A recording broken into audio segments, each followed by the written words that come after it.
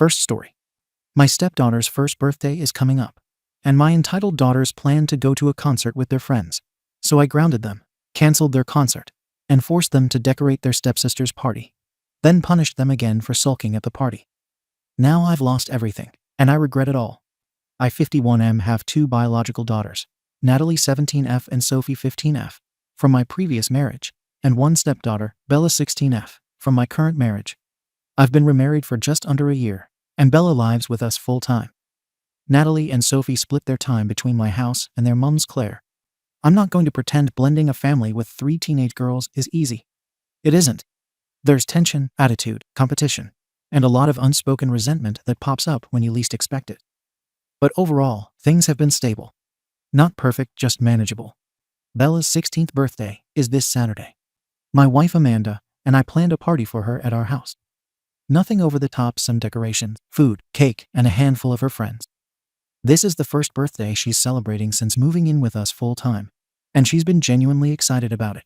She's talked about it for weeks. I assumed Natalie and Sophie would be there. Bella has been their stepsister for over a year now, and while they aren't best friends, they've always referred to her as our sister. They eat dinner together, watch TV together, and argue like normal siblings. I didn't think attendance was optional. About 2 weeks ago, I asked Natalie if she had any ideas for a gift for Bella. She looked at me like I just reminded her of a maths test she forgot about. She said, "Oh, I forgot her birthday was coming up."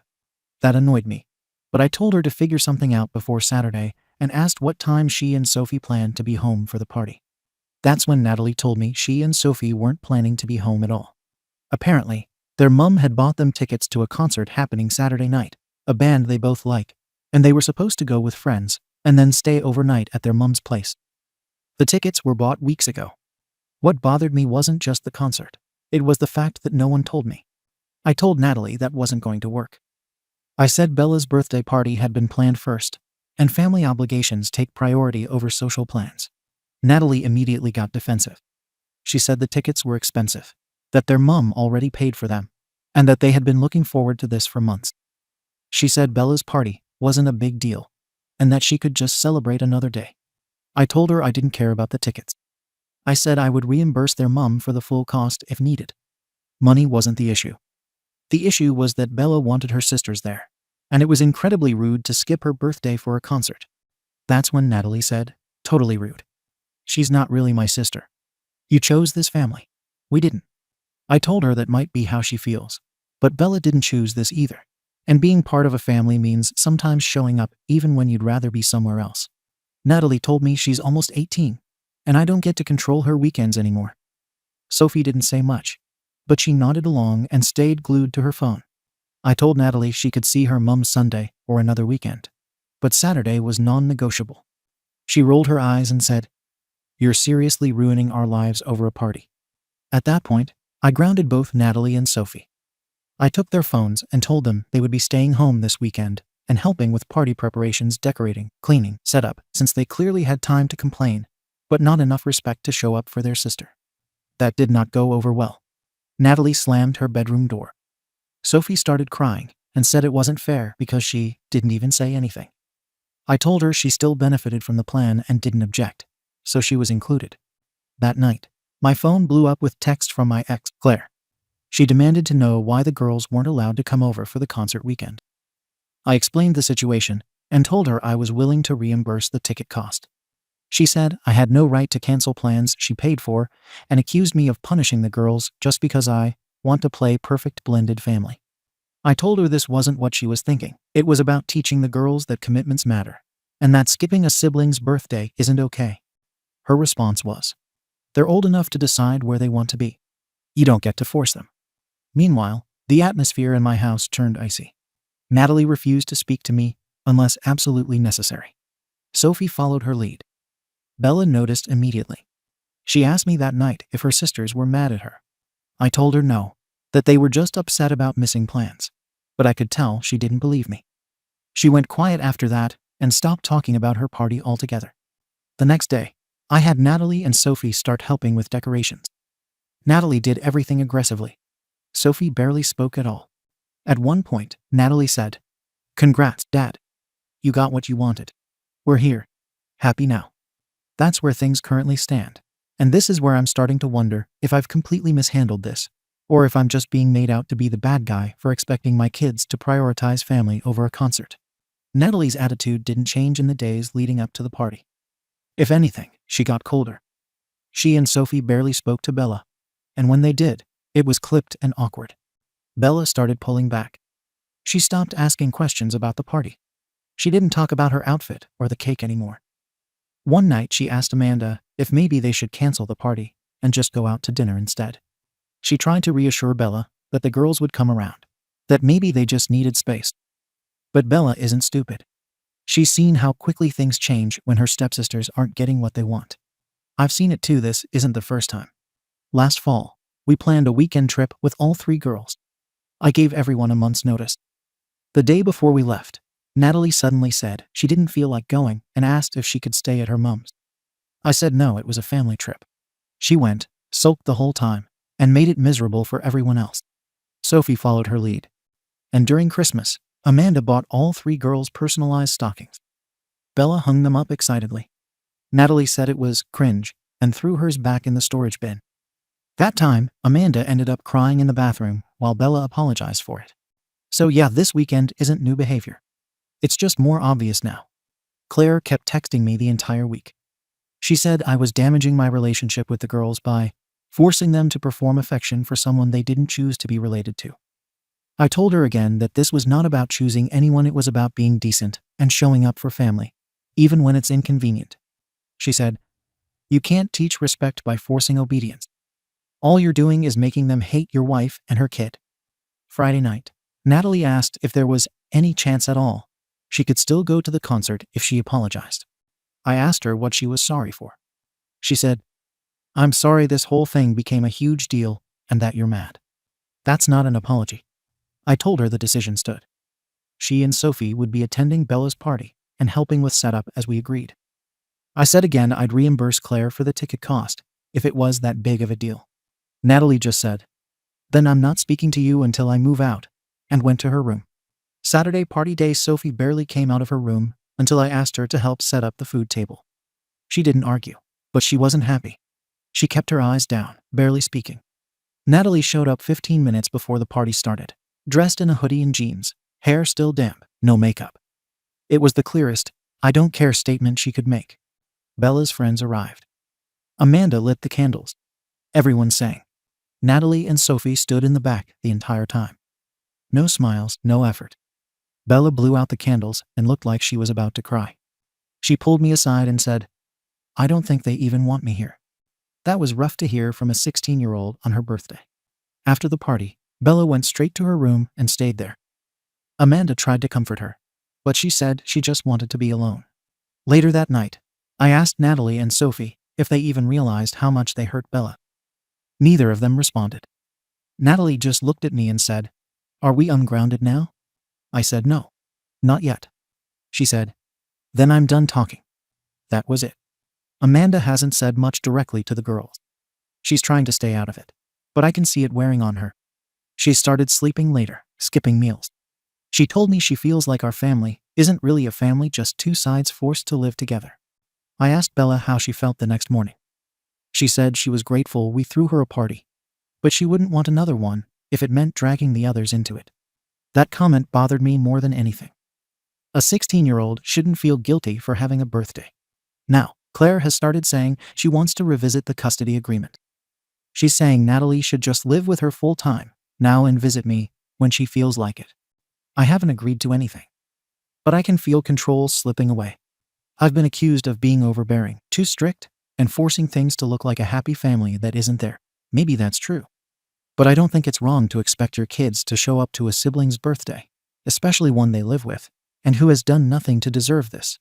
I didn't stop them from seeing their mom forever. I didn't ban concerts. I just said, this weekend, family comes first. Now I've got one daughter who won't talk to me, one who walks on eggshells, and a stepdaughter who feels like she doesn't belong. So Reddit, am I Ada for making my daughters skip a concert and attend their stepsister's birthday instead? Comments. Comment 1. Forcing Natalie and Sophie to play Happy Birthday Crew for a stepsister they forgot the birthday of. That was never going to end well. Bella doesn't need obligatory smiles from people who don't even want to be there. And now she's probably blaming herself for the tension in the house, which sucks, because none of this is her fault. You've only been married a year. A year isn't enough time to expect teenagers to rewire their emotions and treat their step-family like blood, especially when they already have a full support system with their mom and extended maternal relatives. And the concert? That wasn't some random blow-off excuse. Claire got those tickets weeks ago. That's not they're being selfish. That's you not respecting their social life or their mom's plans. All you've done is draw a line in the sand that says, respect this new family or be punished. What you should have done is ask if they could come early, split the day, or at the very least, talk like they're actual people. YTA. Bella deserves love that's given freely. Not this. Comment 2. You're steamrolling every emotion those girls might have had about the divorce, remarriage, and blending. You grabbed phones, forced labor, and blocked them from seeing their mom, then acted shocked when they shut down, forcing them to treat Bella like a full sister just because you decided she is. That's not how human relationships work, especially not between teen girls who just had their whole world shuffled around last year. And let's talk about Bella, the poor kids caught in the crossfire. You say this party was about her, but it clearly became about you enforcing family rules. No wonder she asked to cancel. She probably feels like she caused this whole mess. You could have handled this with a conversation. You went with a crackdown. Now Natalie's planning her escape, Sophie's checked out, and you've turned a birthday party into a battleground. You're pushing too hard, and it's going to backfire long term. YTA. Comment 3. I feel for Bella. Seriously. Kids in a new house, trying to bond with two girls who act like she's a stray dog that wandered in. And even after they ice her out, she still wants them at her party. She gave more grace to her stepsisters than they gave to her or you, honestly. Your oldest pulled the "not really my sister" card that SHT stings, and you still tried to keep the peace. Reimbursing the tickets, involving them in the party, everything. You tried every door before you locked them out. That's more than most would do. The real kicker. She didn't even want another party after that. That's how deep this cut is.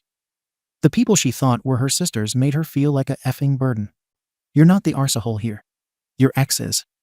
Your daughters are acting like spoiled brats.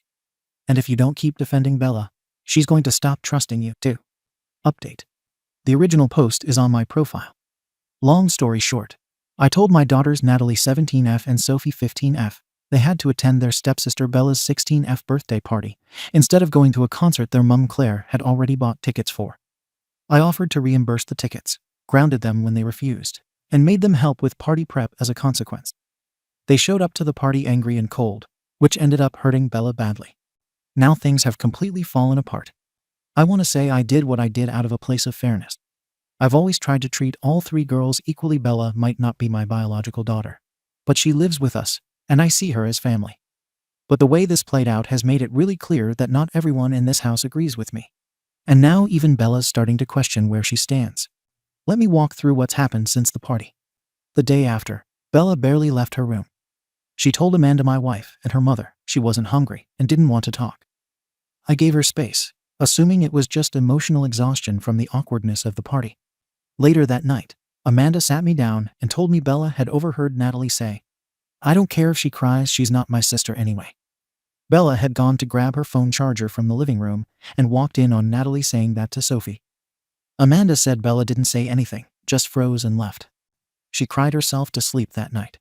The next morning, she packed a bag and asked Amanda if she could stay at her grandparents' for a few days. I didn't try to stop her. Amanda drove her over. She's still there now, and she hasn't responded to my texts. I've only heard back through her grandmother, who said Bella needs time to feel wanted again. So that's where Bella's at. As for my daughters, the fallout has gotten worse. About 3 days after the party, Amanda lost her patience and snapped.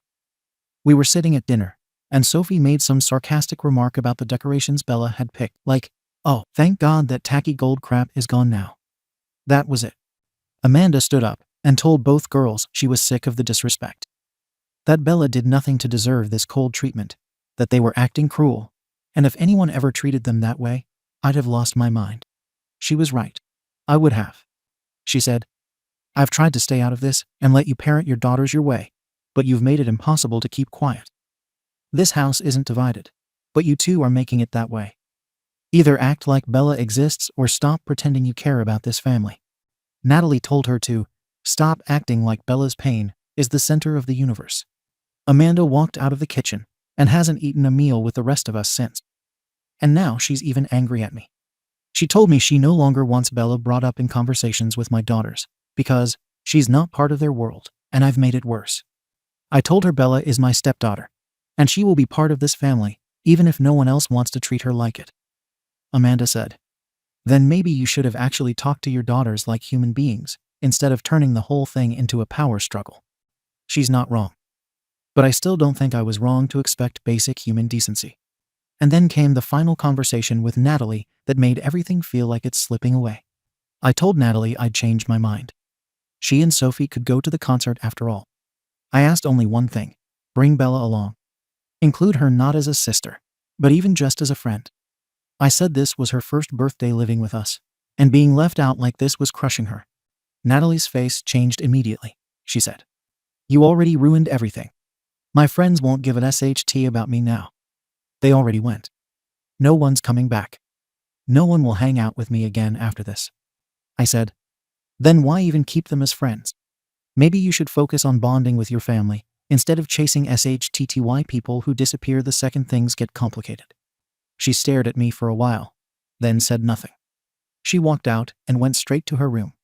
That silence has continued. She hasn't spoken to me in 4 days.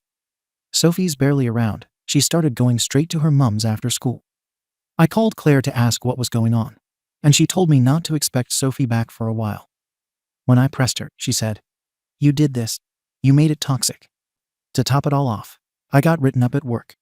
I've been late 3 times in 2 weeks. Once because Amanda and I got into an argument before I left, and I just sat in the car for 30 minutes trying to calm down. Another because I stayed up all night trying to write a message to Bella that I never sent. My boss said I seem distracted, and he's not wrong. So now my house feels fractured. My daughters are gone more than they're here. Amanda is emotionally withdrawing. Bella's not even living under my roof. And I'm one HR warning away from tanking my career over all this. The messed up part is I still believe in the principle. I still think expecting Natalie and Sophie to attend their stepsister's birthday after a year of shared space, shared meals, and shared memories wasn't insane. 1 year is enough time to form a bond. I didn't expect magic, but I expected basic kindness. And I know if someone treated Natalie like that, I wouldn't have stood for it. I'm not saying I handled this well. Maybe I was too forceful. Maybe grounding them and taking phones away only made it worse. But I also tried compromise. I offered them the concert, even after all the drama. I offered them a way to keep their plans and show up for Bella, and they still refused. I wanted to raise daughters who understand what loyalty looks like even when it's inconvenient. What I got instead is a house full of people who think loyalty is optional if it messes with their weekend plans. And worst of all, Bella saw all of this. She saw me try, fail, and then back down, and now even she's resenting me for letting them go in the end. So if anyone's wondering how it's going, this is it. Nobody's talking. Nobody's happy. And the only person who wanted a party in the first place now wants to stay anywhere but here. If you told me 6 months ago that trying to enforce one birthday party would collapse my entire family, I would have laughed. Now I'm wondering if we ever had a real family at all. Comments. Comment 1. Man, the birthday was just the surface. The actual issue underneath is you trying to redefine family by force. I get that you love Bella, and yeah, your daughters were being bratty. But the moment you took the stance of, you will attend, and you will see her as family, you made it a control issue instead of an emotional one. They're not dumb. Teenagers smell emotional manipulation like blood in the water. You tried to backpedal later offering the concert if they brought Bella, but by then they'd already decided it wasn't about Bella. It was about you proving you could make them comply. Amanda's pissed, Bella's gone, your bio kids resent you, and everyone's tired of being forced into a dynamic they didn't sign up for. 1 year might be long enough for some families to bond, but only if the groundwork is healthy. Yours isn't. And now your pride's bleeding all over the floor. You misread the situation and tripled down when you should have pivoted. And now you're paying for it. Comment 2. You're so focused on being fair to Bella that you've completely underestimated how deep Claire's influence still runs. The way your daughters parrot each other, the way they disappear into her house after every disagreement, dude, that's not a coincidence. She's feeding them a narrative that your new family is fake, and they've bought it. And while you're sitting here trying to teach moral lessons, Claire's off playing chess with a custody dynamic. Now Amanda's pissed at you, Bella's gone, and your ex is basically running your household from another address. Sophie probably doesn't even know what she thinks. She just follows Natalie because Natalie follows Claire. You've got no foothold here because your ex weaponized loyalty before you even noticed. The hard truth is, you tried to run a family on integrity, but your opponent was running it on influence. Guess who wins that war with teenagers? Comment 3. You humiliated her. I know you don't see it that way, but from her perspective. You told her plans were meaningless, grounded her, made her prep a party for someone she doesn't feel close to, then told her she should dump her friends and prioritize a relationship you chose for her. Yeah, she lashed out. Yeah, she was mean. But she's also 17 and trying to figure out who she is, and you made it clear her independence takes a backseat to your image of a blended family. That concert wasn't just an event, it was part of her life. You turned it into a battleground. Now she's withdrawn, Sophie's scattered, and Bella's traumatized. And Amanda. She's grieving a kid she still sees crying in her rearview mirror. You don't get to reset after this by texting apologies. This was a rupture. And if you want to fix it, you've got to stop preaching family and start earning it. Update. It's been several weeks since everything fell apart. And I guess this is the final update because there's nothing left to fix. I'm not sure if people will care to read this anymore. But I started this thread with the intention of being honest, so I'll finish it the same way. I haven't changed my position. I don't think I was wrong to ask my daughters to prioritize family over a concert. I don't believe a 16-year-old's birthday should be treated like an inconvenience. But at this point, it doesn't matter what I think. That ship has sailed. Bella isn't coming back. She sent me a message through Amanda, saying she's staying at her grandparents' house for the foreseeable future. She doesn't want to talk, doesn't want visits, and doesn't want phone calls. She told Amanda she doesn't want to be dragged into any more tension. And I'd rather have no family than one that keeps proving I don't belong. I tried texting her. I tried leaving voicemails. I wrote her a long letter. Nothing. Amanda made it clear this was Bella's decision, not hers, but I don't believe that entirely. Amanda's done too. She still lives here technically, but it's like cohabiting with a ghost. We eat separately. The other night, I asked her if she still saw a future in this marriage. She just said, not like this. She hasn't filed anything yet, but I think she's waiting for the right moment. I've already braced for it. As for my daughters Natalie and Sophie, they're completely gone now. Not just physically, but emotionally, legally, and probably for good. Claire's been working on modifying the custody agreement. At first, I was confident. I thought she wouldn't have anything substantial to present in court beyond, he grounded them once. But I was wrong. Her lawyer built a case around emotional coercion. She gathered journal entries, texts, and even social media posts. Apparently, Natalie had kept a long list of controlling behaviors and events, including one from 2 years ago when I canceled a sleepover because she didn't clean the kitchen, and another where I grounded Sophie for getting caught in a lie. Normal parenting, I thought. They painted it as emotional instability. Then they brought up a first outing with Bella as a family. Amanda and I took the girls out to a hibachi place. Natalie didn't talk the whole night. Sophie looked like she was going to cry. They used that as evidence of a hostile home environment that I was forcing step-family bonding without consent. Claire claimed I'd been pushing Bella as a replacement sibling ever since I remarried. It doesn't matter if it's exaggerated. They had documentation. I didn't. The Guardian ad litem assigned to the case has already said the girls are old enough to express clear preference, and their preference is not to live with me. I'm still technically a joint custodian on paper, but everyone knows how this is ending. My lawyer said, unless there's a major shift, I wouldn't expect shared placement to hold. Translation: the ball isn't in my court anymore. Then there's the letter. After everything got quiet, I wrote one final message. Not to apologize, I've done enough of that. But to explain. I sent one email to Natalie, Sophie, and Bella. It was honest. I told them I'd never treated them differently. That I loved all of them equally. That I never wanted fake affection, I just wanted respect. And maybe a little effort. I hit send. Not one reply. It's like I don't exist to them anymore. Claire hasn't asked for child support. That's the only surprise. Maybe she doesn't want the tie. Or maybe she knows she's already won and doesn't feel the need to twist the knife. Either way, I'm not fighting it. I'm not paying, but not because I'm dodging responsibility. I'd gladly pay if it meant they'd still talk to me. But money won't fix this. It's just a clean break. Work was the last thread holding me together. I lost that too. A few weeks ago, I had a minor blow up at the office. Nothing dramatic, just snapped at a coworker who kept making sarcastic jokes about girl dad life. I'd already been showing up late, missing deadlines, and zoning out in meetings. HR gave me a soft exit. We're restructuring and phasing out non-essential roles. I was offered severance and no black mark on my record. I took it. No fight left in me. Amanda suggested therapy. I said yes. It's the only thing left to try. I start next week. So where does that leave me? I'm living in a house with half-empty drawers. The dining room table is set for one. Bella's room is still made, but Amanda took down the photos.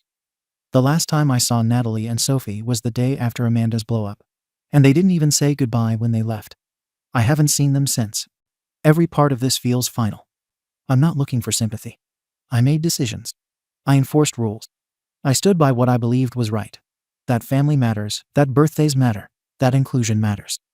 But maybe I tried too hard to force those things into place, instead of letting them grow naturally. Bella is hurt. Amanda is checked out. My daughters don't want me. Claire's winning custody. I've lost my job. And therapy is now my next scheduled event.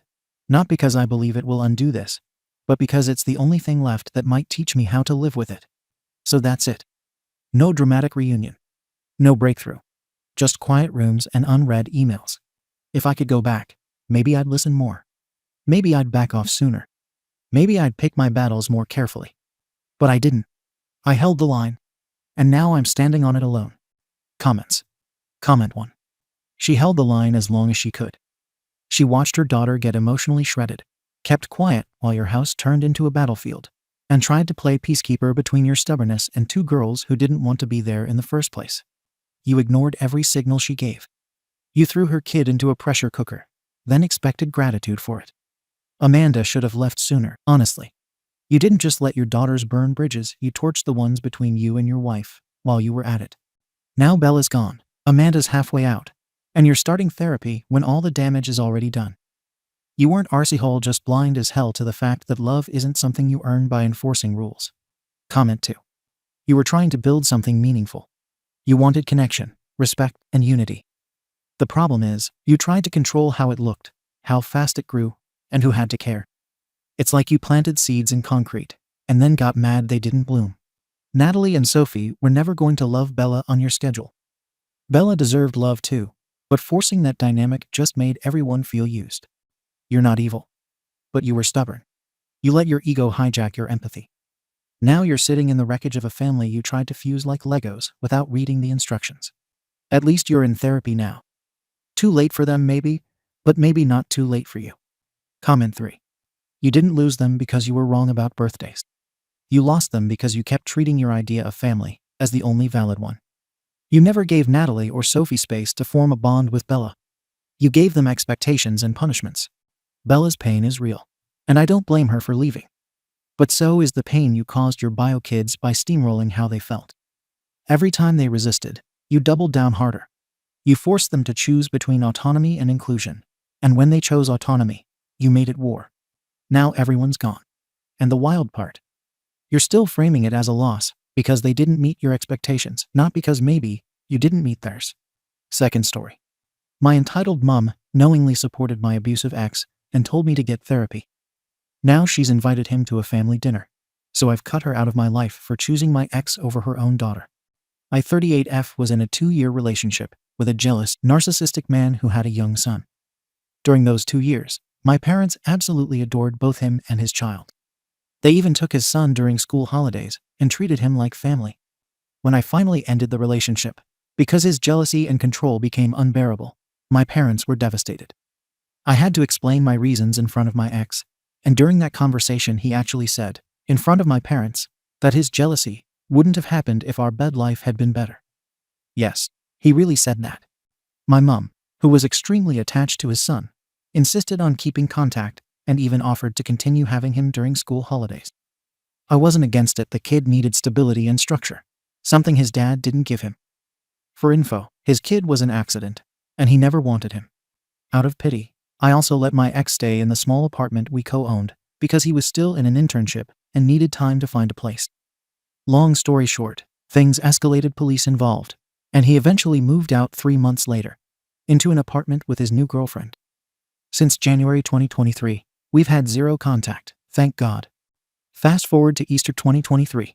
At the family table, my mom casually tells his son that she'd gladly invite his dad and girlfriend over to the house. I was stunned and hurt and asked, why the hell would she do this? She answered back, it's for the well-being of the kid, to keep things nice. Then December comes. I arrive for Christmas and notice my mom still has photos of my ex displayed. Again, I say nothing. But during dessert, his son asks my dad if he's going to drink the wine his dad gave him as a gift. And my dad replies he'll wait to drink it with him here at the house. That was it for me. I walked away from the table, furious and hurt. My parents followed me to talk. I expressed how devastated I was that they kept prioritizing my ex and dismissing everything their own daughter went through, mentally and physically. My dad realized what he did and apologized, sincerely, immediately. My mom didn't. She told me it was her house, and she had the right to invite whomever she wanted.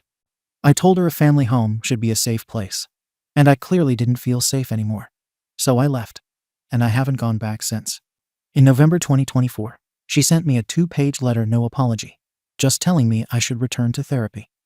I confronted her in person, and for 25 minutes, she repeated the same thing. I can welcome whoever I love into my home. So I walked away again. At Christmas 2024, her twin sister asked if I was coming. And when I asked if my ex would be there, she said the same thing. It's my house. I'll invite who I want. So I cut contact with her, too. Yes, she also had a good relationship with my ex and his son, too. I only talk to my dad now. We are in 2025, and he keeps saying that I should get over it. And it's not such a big deal.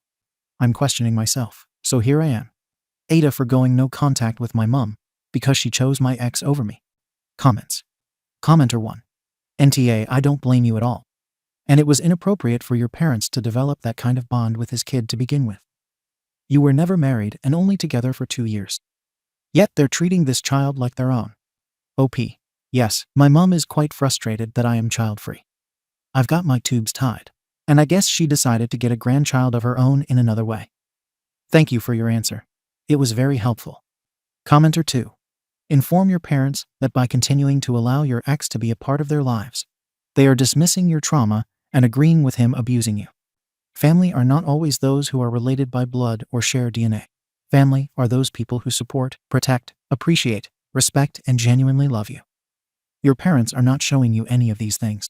Spend time with people who will. Also tell your dad that he's a horrible protector who would rather have his daughter's abuser in his home and life rather than his traumatized daughter.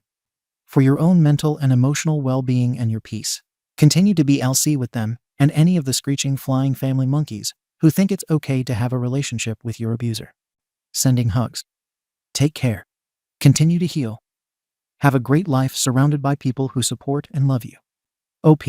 I cried reading your answer and laughed when you mentioned the flying family monkeys. Thank you very much. I am touched by your kindness. To reassure you, I am spending time with friends and my mermaid community and found a new family, my boyfriend's family, who are true loving people. Thank you a lot, D.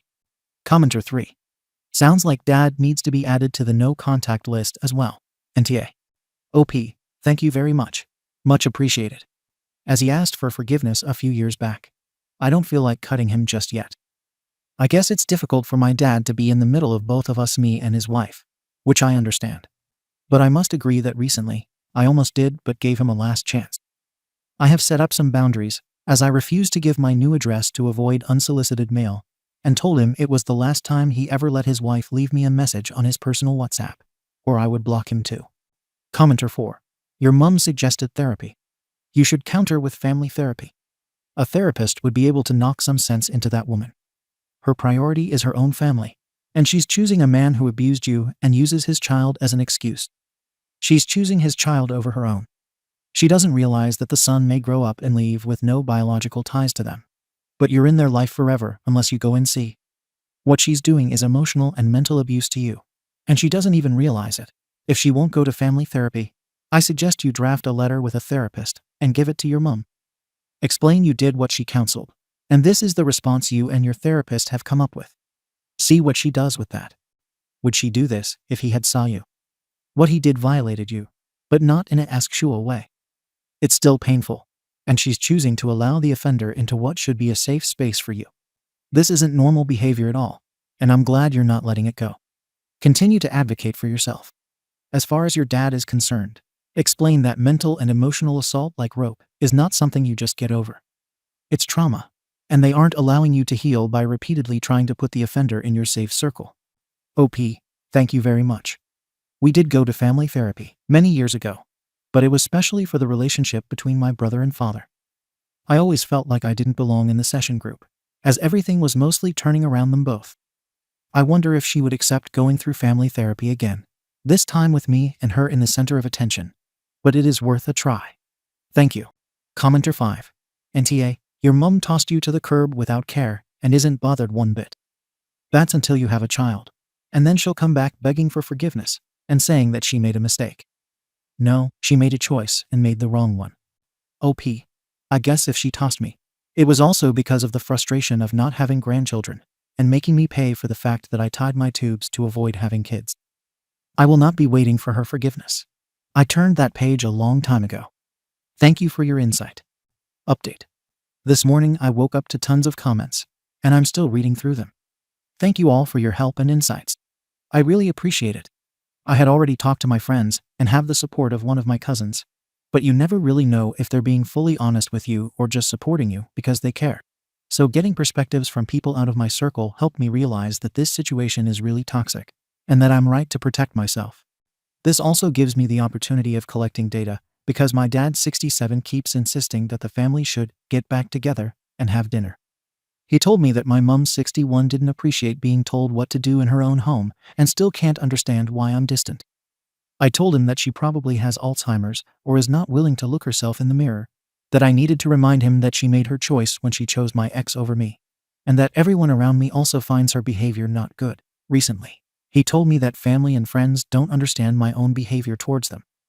I told him that if he refuses to understand, I'll just go public with the story and let people judge for themselves. Like I said, I don't know if it will bring a light up, but it's always good to try. Some suggested family therapy, while others said it wouldn't help. I'm still thinking about it.